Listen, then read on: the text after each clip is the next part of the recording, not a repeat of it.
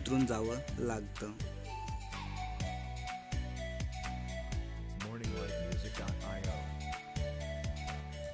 आमचा संघर्ष इथेच थांबत नाही. गावात प्रवेश केल्यानंतर आपल्याला असे लक्षात येते की 90% लोक शेतमजुरी करतात. बऱ्याच विद्यार्थ्यांना नदी, जंगल आणि शेतातून तसेच गावामधून आम्हाला शोधून परत शिक्षण प्रवाहात आणायचं होतं.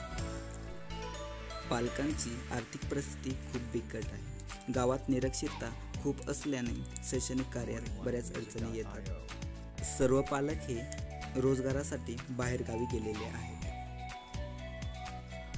म्हणून आम्ही 2020-21 हे शैक्षणिक वर्ष सुरू झाल्यानंतर प्रथम आम्ही विद्यार्थ्यांना पाठ्यपुस्तक वाटप केले.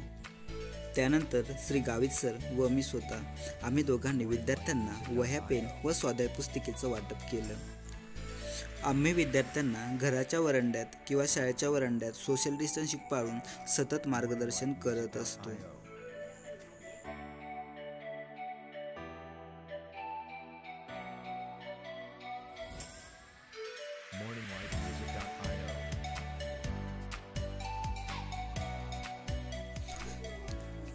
त्याचबरोबर आम्ही वृक्षारोपण, परिसर स्वच्छता, विद्यार्थ्यांच्या कलागुणांना वाव मिळावा म्हणून रांगोळी व चित्रकला स्पर्धाही घेतल्या.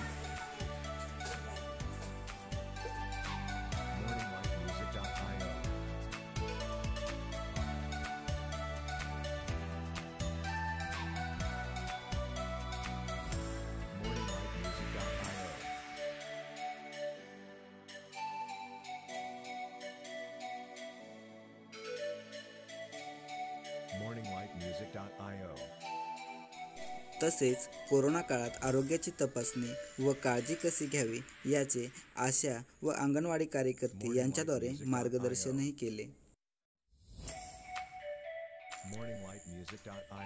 शालेय पोषण आहारही वेळेवर वाटप केला.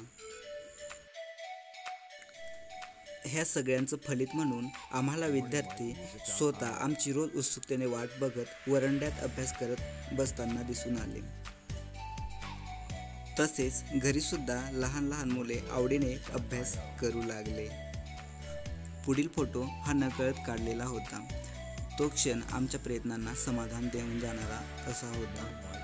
कोविड-19 काळात ऑनलाईन शिक्षणाची सोय नसल्याने ऑफलाईन शिक्षणाची अत्यंत गरज ओळखून गृहभेट, गल्ली मित्र यांच्या सहकार्याने हा उपक्रम राबवून आज जिल्हा परिषद शाळा बेहेडपाड्याचे सर्व विद्यार्थी शिक्षणाच्या प्रवाहात आले. आम्हाला आमच्या शाळेची यशोगाथा सादर करण्याची संधी दिल्याबद्दल सर्वांचे खूप खूप आभार व धन्यवाद.